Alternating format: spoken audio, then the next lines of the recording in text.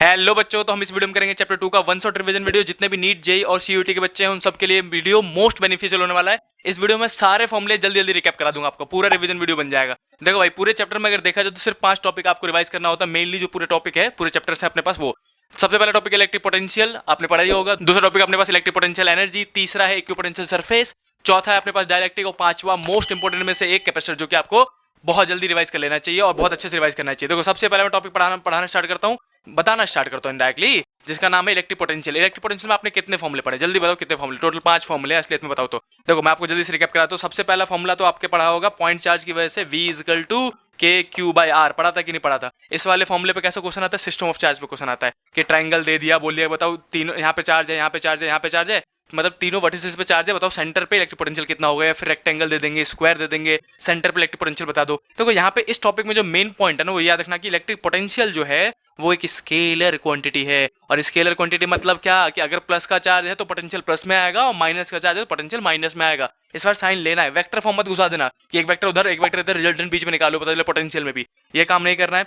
उसके बाद अगर मैं दूसरा फॉर्मूला अगर आपको याद दिलाऊं तो V equal to W by Q भी होता है, जो कि इसका डेफिनेशन था work done per unit charge. तीसरा फॉर्मूला अगर मैं आपको याद दिलाऊं तो तीसरा फॉर्मूला था वर्क डन का। आपको याद है W इक्वल टू होता है Q डेल्टा V, हाँ या ना बोलो? Q डेल्टा V मतलब क्या है कि यहाँ पे मैं वर्क डन का वर्क डन और Q डेल्टा V को मतलब खोल सकता हूँ दो जगह से, एक तो E आर से, E डेल्टा आर से, और दूसरा इसी को आप खोल सकते हो Q V final minus V initial से। ये सारे फॉर्मूले आपने ऑलरेडी पढ़ रखे थे, बस रिकैप कर रहा हूँ, रिवीजन करवा रहा हूँ मैं आपको यहाँ पे। तो ये अपने पास Q डेल्टा V हो गया, राइट।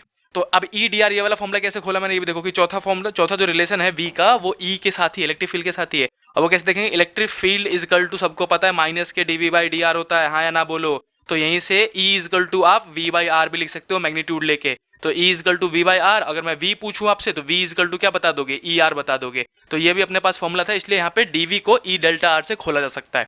तो ये इतने फॉर्मूले थे अपने पास इलेक्ट्रिक पोटेंशियल के। पांचवा फॉर्मूला, एक और फॉर्मूला बोनस के तौर पे ले लो ताकि रिकैप हो जाए आपका। पांचवा फॉर्मूला आपने इलेक्ट्रिक फील्ड मॉडर्न फिजिक्स में पढ़ा होगा।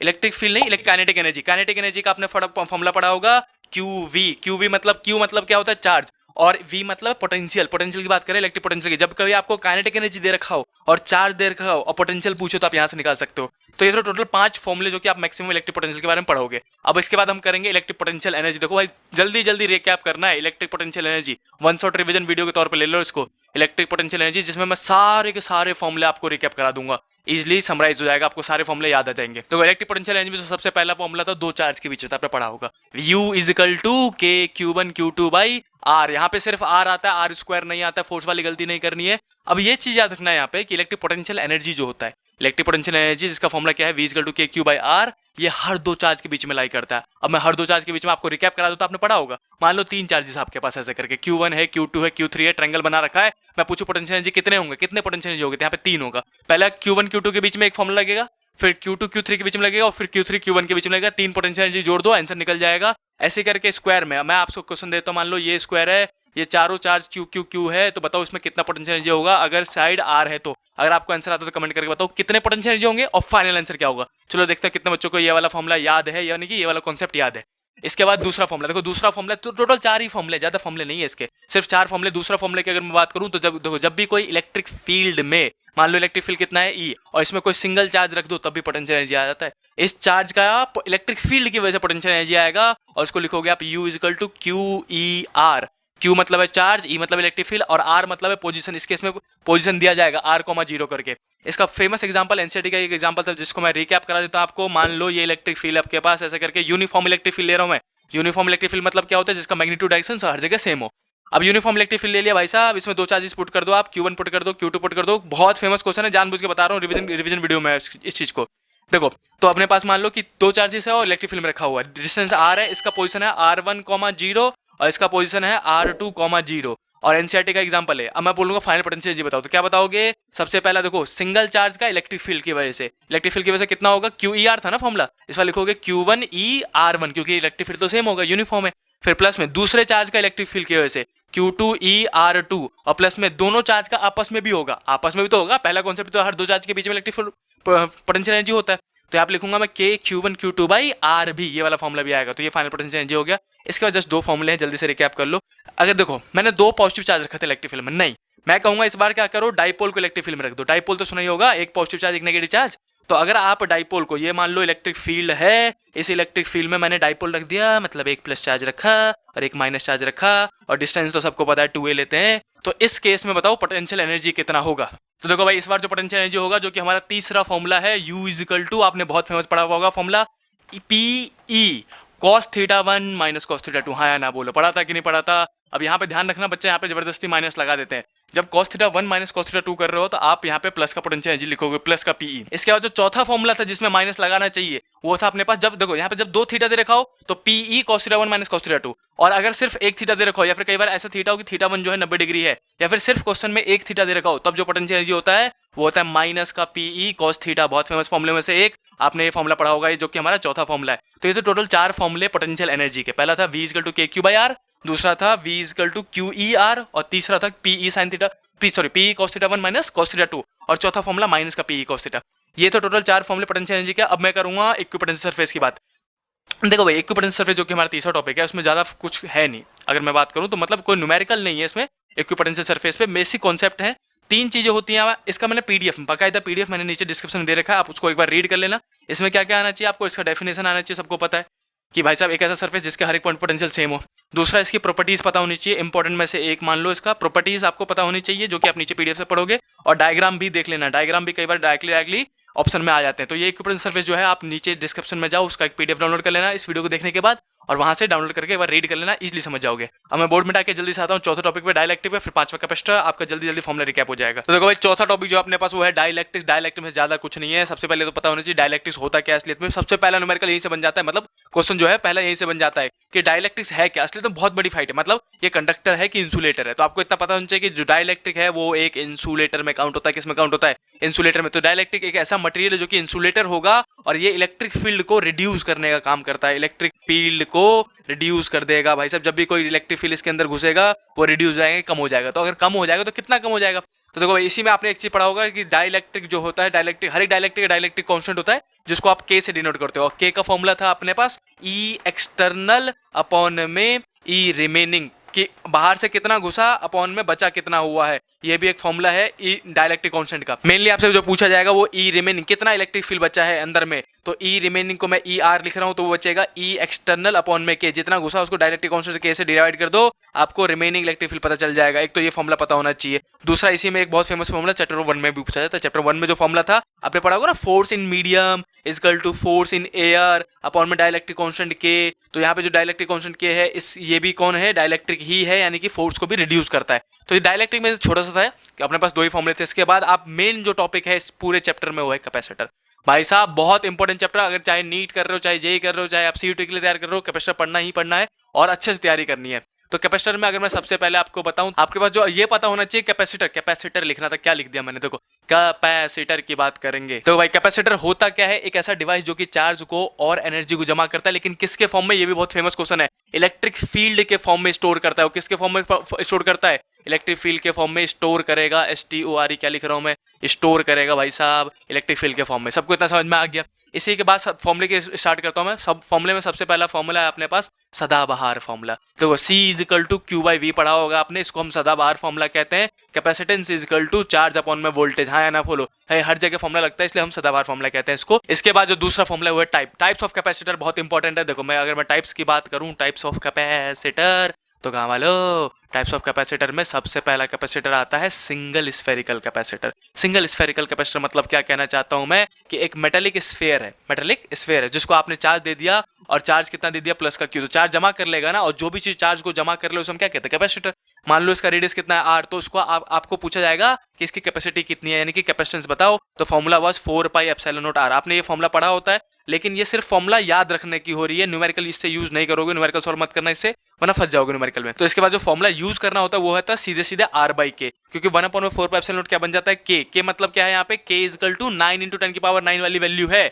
अगर मैं कहूं एप्सिलॉन सॉल्व करूं तो इसकी वैल्यू पॉइंट में जाएगी, जो कि बहुत मुश्किल हो जाएगा। इसलिए हम बच्चों को कहते हैं न्यूमेरिकल सॉल्व करते समय ये फॉर्मूला और याद दोनों फॉर्मूले होने चाहिए, 4πε0r और R/K। इसके बाद मूव करते हैं हम पैरेलल प्लेट कैपेसिटर की तरफ। नाम तो सुना ही होगा इसका, पैरेलल प्लेट कैपेसिटर। अरे बहुत फेमस था भाई साहब, PARA, पैरेलल प्लेट कैपेसिटर। देखो पैरेलल प्लेट कैपेसिटर जो होता है वो कुछ नहीं होता, इसमें 3 केसेस थे। सबसे पहला केस कि दो कैपेसिटर के बीच में कुछ नहीं है, सिर्फ एयर भरा हुआ है, एयर फील्ड कैपेसिटर है। तो अब कैपेसिटी कितनी निकल रही? Epsilon naught A by D. याद आया कि नहीं याद आया? ये फॉर्मूला आपने पढ़ा होता है, A epsilon not D by पढ़ते हैं बच्चों इसको।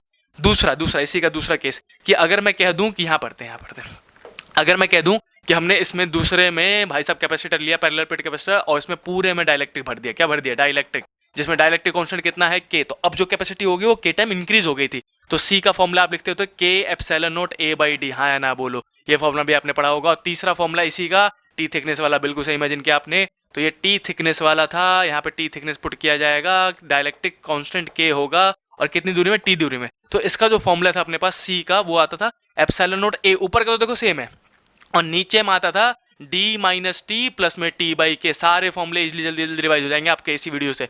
इसके बाद आता है अपने पास चौथा जो है, वो आता है स्फेरिकल कैपेसिटर। देखो स्फेरिकल कैपेसिटर में क्या होता है? स्फेरिकल कैपेसिटर में ज्यादा कुछ नहीं होता, दो स्फेयर होते हैं, एक छोटा स्फेयर होता है, एक बड़ा सा स्फेयर होता है। अंदर वाले को चार्ज प्लस सिग्मा दे दिया, बाहर वाले को चार्ज माइनस सिग्मा। अंदर वाले का रेडियस स्मॉल ए, बाहर वाले का रेडियस कैपिटल ए। तो याद रखना इसका जो कैपेसिटी होता है उसका सीधे सीधे फॉर्मूला बता रहा हूं आपको। सी कैपेसिटी इक्वल टू होगा 4 pi epsilon naught A B.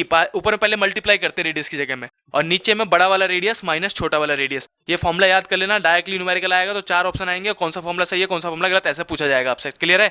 इसके बाद लास्ट अपने पास पांचवा सिलेंड्रिकल कैपेसिटर आता है। सिलेंड्रिकल कैपेसिटर में क्या होता है भाई साहब? देखो CYLIN यार समझ जाना। सिलेंड्रिकल कैपेसिटर इसमें क्या होता है कि दो सिलेंडर दे देंगे आपको, दो सिलेंडर एक के ऊपर एक, ऐसे करके दो सिलेंड्रिकल कैपेसिटर। आप किसी भी मशीन को तोड़ लो, किसी भी डिवाइस को तोड़ लो, आपको सिलेंड्रिकल कैपेसिटर इजीली देखने को मिल जाएगा। इसमें सिलेंड्रिकल कैपेसिटर में क्या होता है कि लेंथ कितनी है इसकी? L। अंदर वाले के रेडियस फिर से A मान लेना और बाहर वाले के रेडियस B मान लेना। इस बार जो इसकी कैपेसिटी होगी वो आता है 2 पाई R L, लेंथ आता है ऊपर में, और नीचे में आता है नेचुरल लॉग बड़ा वाला रेडियस अपॉन में छोटा वाला रेडियस। तो ये था अपने पास सिलेंड्रिकल कैपेसिटर का। इसमें भी आएगा तो फॉर्मूला बेस्ड डायरेक्टली ऑप्शन आएगा कि कौन सा फॉर्मूला सही है कौन सा फॉर्मूला गलत। इसके बाद कैपेसिटर में मोस्ट इंपोर्टेंट चीजों में से एक, अगर मैं कहूं कॉमन पोटेंशियल। कॉमन पोटेंशियल क्या होता है मैं आपको जल्दी से बताता हूं, 4-5 फॉर्मूले और रह गए, बस जल्दी जल्दी देख लो। तो भाई साहब मान लो दो कैपेसिटर आपके पास, दो कैपेसिटर को आपने पैरेलल में आपस में जोड़ दिया। इसकी कैपेसिटी थी C1, वोल्टेज था V1, इसकी कैपेसिटी थी C2, वोल्टेज था V2। अब मैं कहूं आपको, जैसे आपने दो कैपेसिटर को आपस में जोड़ दिया, एक को चार्ज किया अलग दूसरे को चार्ज किया अलग और इनको जोड़ दिया, तो होगा क्या? अगर जो मान लो V1 जो है वो ग्रेटर वोल्टेज है, तो ज्यादा वाले वोल्टेज में से कम वाले वोल्टेज में चार्ज फ्लो करेगा। सिंपल सी बात है, charge will flow from higher potential to lower potential. तो जैसे ही चार्ज फ्लो करना स्टार्ट करेगा तो मान लो एक पॉइंट तो ऐसा आएगा ना जहां पे रुक जाएगा। कब? जब दोनों का पोटेंशियल बराबर हो जाए। वो पोटेंशियल जहां पे चार्ज फ्लो होना बंद हो जाए, उस पोटेंशियल को हम कॉमन पोटेंशियल कहते हैं, और उसको डिनोट करते हैं V से। और कॉमन पोटेंशियल का फॉर्मूला होता है C1V1 प्लस में C2V2 अपॉन में C1 प्लस C2। तो ये हमारे पास कॉमन फॉर्मूला है, कॉमन पोटेंशियल का फॉर्मूला। उसके बाद इसी में मेरी बात सुनो, अगर मैं कह रहा हूं कि यहाँ पे मान लो कि जो V1 है वो ग्रेटर था और V2 जो था वो स्मॉलर था, तो सिंपल सी बात है भाई, V1 में से C1 में से चार्ज जाएगा नीचे की तरफ। जब चार्ज फ्लो कर रहा होगा तो करंट प्रोड्यूस होगा, और करंट प्रोड्यूस होगा तो हीट लॉस भी तो होगा ना। हीट के फॉर्म में कितनी एनर्जी लॉस हुई ये बताओ। तो इसी का अगला टॉपिक है एनर्जी लॉस। एनर्जी लॉस मतलब जब भी आप दो कैपेसिटर को पैरेलल में जोड़ोगे तो उसके दौरान कितनी एनर्जी लॉस होगी, उस एनर्जी लॉस का फॉर्मूला बताओ। तो डेल्टा यू से डिनोट करते हैं एनर्जी लॉस को। एनर्जी लॉस को कैसे डिनोट करते हैं? डेल्टा यू से। और डेल्टा यू का फॉर्मूला मैं सीधे सीधे बताता हूँ आपको, जल्दी जल्दी याद करवाता हूँ। हाफ C1 C2 अपॉन में C1 प्लस C2, और यहाँ पे आता है V1 माइनस V2 का होल स्क्वायर। पढ़ा था कि नहीं पढ़ा था? नहीं पढ़ा था तो याद कर लो इस फॉर्मूले को, बहुत इंपॉर्टेंट फॉर्मूला है, न्यूमेरिकल बेस्ड आएगा, डायरेक्ट इस फॉर्मूले पे सीधे सीधे न्यूमेरिकल आएगा। हाफ C1 C2 अपॉन में C1 plus C2 V1 minus V2 का होल स्क्वायर। इसी केस में फंसाएंगे कहां पे? एक चार्ज कैपेसिटर होगा एक अनचार्ज होगा। तो सिंपल सी बात है भाई, जो अनचार्ज होगा उसका वोल्टेज कितना ले लोगे? 0। तो V2 0 ले लेना उस केस में। मतलब डायरेक्टली फॉर्मूला बेस्ड न्यूमेरिकल आएगा। फॉर्मूला बेस्ड, अगर ये फॉर्मूला याद हो तो आप सीधे न्यूमेरिकल गेन कर लोगे, मतलब 4 नंबर आ जाएंगे, और नहीं तो नहीं आएंगे भाई। सिंपल सी बात है, फॉर्मूला बेस्ड क्वेश्चन आता है इस पे। उसके बाद लास्ट फॉर्मूला अपने पास एनर्जी का, एनर्जी स्टोर्ड का। देखो ये तो एनर्जी लॉस था, और एक फॉर्मूला होता है एनर्जी स्टोर्ड का। तो एनर्जी स्टोर्ड इन कैपेसिटर का फॉर्मूला क्या था? तो उसको हम यू से डिनोट करते हैं, और एनर्जी स्टोर का फॉर्मूला 3 था, याद है? 12th क्लास में पढ़ा होगा ना आपने। पहला फॉर्मूला था हाफ CV स्क्वायर, दूसरा फॉर्मूला था हाफ QV, और तीसरा फॉर्मूला था half Q square by C। तीनों फॉर्मूले आपको रटे होने चाहिए भाई साहब, ताकि एग्जाम में आपको बार बार सोचना ना पड़े या फिर निकालना ना पड़े। तो ये टोटल 3 फॉर्मूले हैं किसके? एनर्जी स्टोर के। इसके बाद एक लास्ट चीज रह गया, सीरीज एंड पैरेलल। आपको सीरीज एंड पैरेलल के केस में सीधे सीधे याद है कि भाई साहब ये रेजिस्टेंस का उल्टा होता है। कैपेसिटर जो है वो रेजिस्टेंस का उल्टा होता है। इसका मतलब है कि सीरीज में, जब कैपेसिटर सीरीज में जुड़े रहेंगे तो ये 1 अपॉन करके जुड़ेंगे, जैसे मैं आपको स्क्रीन पे दिखा रहा हूं, है ना, 1 अपॉन करके जुड़ेंगे। और अगर ये पैरेलल में है तो सीधे सीधे ऐड हो जाएंगे। तो ये फॉर्मूले एक बार रिवाइज कर लेना। ये हो गया अपने चैप्टर 2 का सारे फॉर्मूले का रिवीजन। अब जल्दी से इस वीडियो को लाइक कर दो और शेयर करो। मिलते हैं चैप्टर नंबर 3 के रिवीजन वीडियो के साथ। तब तक के लिए बाय बाय।